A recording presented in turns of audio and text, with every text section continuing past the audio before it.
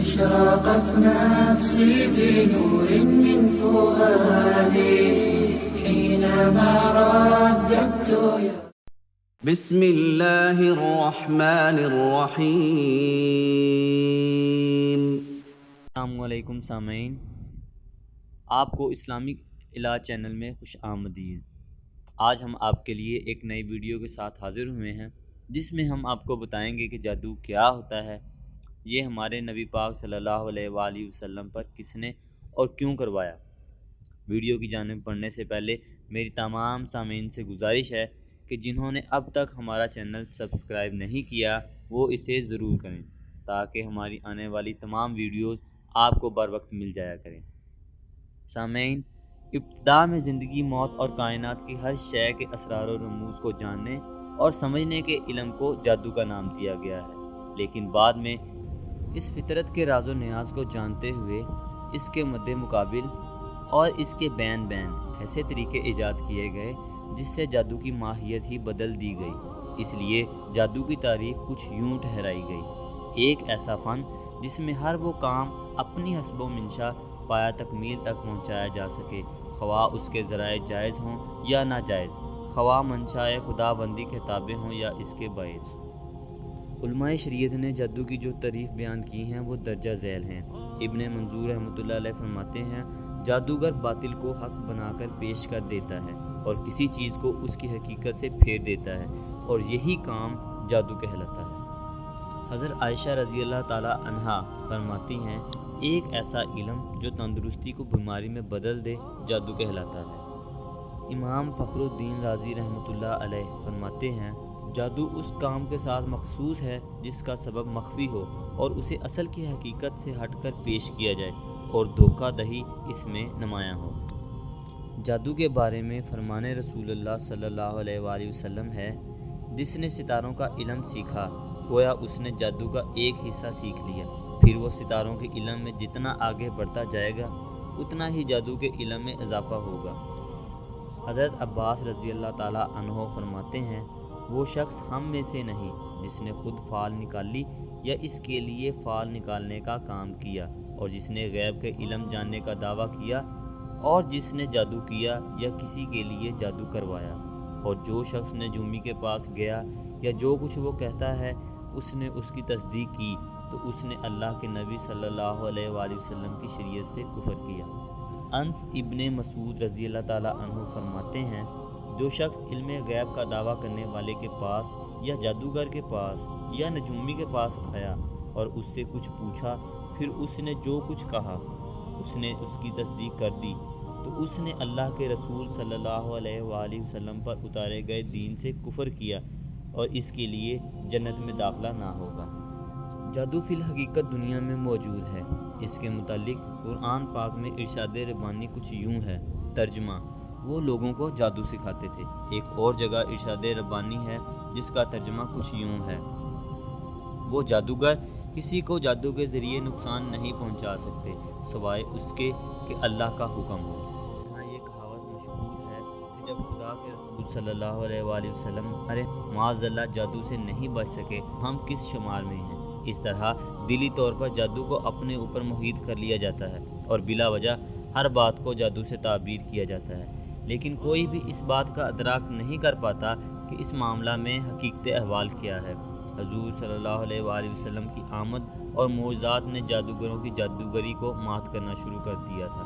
ان کے جھوٹ اور ان کی قدر افزائی میں روز بروز کمی ہوتی جا رہی تھی، چونکہ حضور صلی اللہ علیہ وسلم کی نبوت سے قبل یہودیوں کا فن جادوگری میں توتی بولتا تھا، اور وہ لوگ جو کہتے تھے لوگ بلا جھجک ان کی بات کو حق تسلیم سے میں اسلام ایک حقیقت بن کر ابھرا، اور اس کی وجہ سے یہودیوں کا کاروبار حیات بے حد متاثر ہوا۔ انہوں نے حضور صلی اللہ علیہ وآلہ وسلم کے معجزات اعمال کو جادوگری سے موسوم کرنا شروع کر دیا تاکہ لوگ آپ صلی اللہ علیہ وآلہ وسلم سے معاذ اللہ بدظن ہو جائیں اور آپ صلی اللہ علیہ وسلم کی تعلیمات نہ پھیلنے پائیں، اس طرح تبلیغ اسلام کا کام رک جائے۔ ایسے میں اللہ کا حکم آزمائش آن پہنچا جس پر آپ صلی اللہ علیہ وآلہ وسلم نے سر تسلیم خم کر دیا، اور یہودیوں کو آپ صلی اللہ علیہ وآلہ وسلم پر جادو کرنے کا موقع مل گیا، اور اس طرح آپ صلی اللہ علیہ وآلہ وسلم کسی حد تک بیمار ہو گئے باروایت حضرت عائشہ صدیقہ رضی اللہ تعالی عنہا بنو زریق کے نامی گرامی جادوگر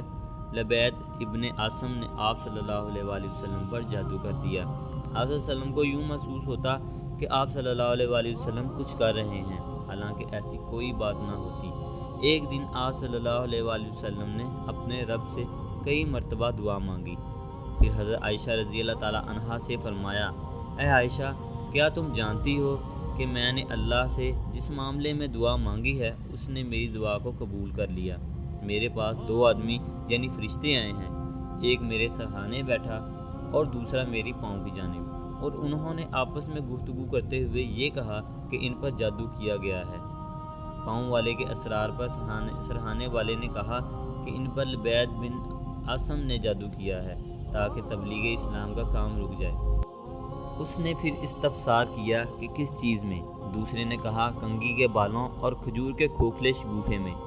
اس نے کہا یہ کہاں ہیں؟ دوسرے نے جواب دیا ذی ارمان کے کنویں میں۔ آپ صلی اللہ علیہ وآلہ وسلم حضرت ابو بکر صدیق رضی اللہ تعالی عنہ اور دوسرے صحابہ کرام کو لے کر اس کنویں کے پاس گئے اور اس کو دیکھا۔ آپ صلی اللہ علیہ وآلہ وسلم نے فرمایا، اے عائشہ، اس کنویں کا پانی ایسا معلوم ہوتا ہے کہ اس میں مہندی کا امیزہ ہو۔ اس کے کھجور کے درخت ایسا لگتا تھا گویا شیطانوں کے سر ہوں۔ حضرت عائشہ رضی اللہ تعالی عنہا فرماتی ہیں کہ میں نے کہا آپ نے اس کو یعنی بال اور کھجور کے شگوفے جس میں جادو کیا گیا تھا کیوں نہیں جلا ڈالا؟ آپ صلی اللہ علیہ وسلم نے فرمایا مجھے تو اللہ تعالیٰ نے شفا دے دی، میں نے مناسب نہیں سمجھا کہ لوگوں کو فتنوں میں مبتلا کر دوں، اس لیے اس کو دفن کروا دیا۔ بعض روایات کے مطابق آپ صلی اللہ علیہ وآلہ وسلم اس جادوگر کے پاس گئے اور پوچھا کیا تم نے مجھ پر جادو کیا تھا؟ تو اس نے ہاں میں جواب دیا۔ اس پر آپ صلی اللہ علیہ وآلہ وسلم نے فرمایا اگر تم میں سے کسی پر جادو کروں تو تم کیا کرو گے؟ اس نے کہا جو ایسا کرے گا ہم اس کا کیا ہوا جادو واپس اسی پر پلٹ دیں گے۔ اس پر آپ صلی اللہ علیہ وآلہ وسلم نے فرمایا تمہاری نگاہ میں جادوگر شودے باز یا مردان غیب میں سے ہوں، میں نے ایسا کچھ نہیں کیا جس سے تمہارا جادو تم پر واپس پلٹ جائے اور تمہیں نقصان بھی پہنچے، حالانکہ تم نے میرے اوپر جادو کے ذریعے مجھے نقصان پہنچایا، لیکن میری طرف سے کوئی بھی ایسا کام نہیں ہوا۔ اب بھی تم مجھے پیغمبر حق نہ مانو تو تمہاری مرضی ہے۔ اور آپ صلی اللہ علیہ وآلہ وسلم واپس تشریف لے آئے۔ اگر اس واقعہ پر نگاہ ڈالی جائے تو یہ حقیقت سامنے آتی ہے کہ اللہ کی رضا کے تحت حضور صلی اللہ علیہ وآلہ وسلم کو راہ حق سے باز رکھنے کے لیے یہ جرم لبید ابن عاصم سے سرزد ہوا، وگرنہ دنیا کی کوئی طاقت اللہ کے پیارے رسول صلی اللہ علیہ وآلہ وسلم اور محبوب پر کسی طرح کا جادو ٹونا نہیں آزما سکتی اور نہ ہی پیدا ہوئی ہے، کیونکہ یہ ایک ایسا نام ہے جس کے تفعیل سے پیغمبروں اور نبیوں کی توبہ نہ صرف قبول ہوئی ہے بلکہ جس سے کائنات کے ہر مرض میں شفائے کاملہ ملتی ہے، حقیقت حوال کھو دیتے ہیں۔ سامعین، آج کل ہمیں ذرا سی مشکل یا بیماری آ جائے، بجائے ہم اپنے اعمال دیکھنے کے ہم جادو ٹونا کے چکر میں پڑ جاتے ہیں۔ ہمیں یہی لگتا ہے کہ ہم پر کسی نے جادو کروایا ہے، مگر جادو کے علاج کے ساتھ ساتھ اگر ہم اپنے اعمال پر بھی توجہ دیں، گناہوں سے بچیں، انشاءاللہ آپ پر جادو نہیں ہوگا۔ سامعین، اس کے بعد ہماری آج کی ویڈیو اختتام کو پہنچتی ہے۔ اپنا بہت سا خیال رکھیے گا۔ اگر آپ کے پاس اس کے متعلق بہتر معلومات ہیں تو ہمیں کامنٹ میں ضرور بتائیے۔ انشاءاللہ آپ سے اگلی ویڈیو میں ملاقات ہوگی۔ اللہ حافظ۔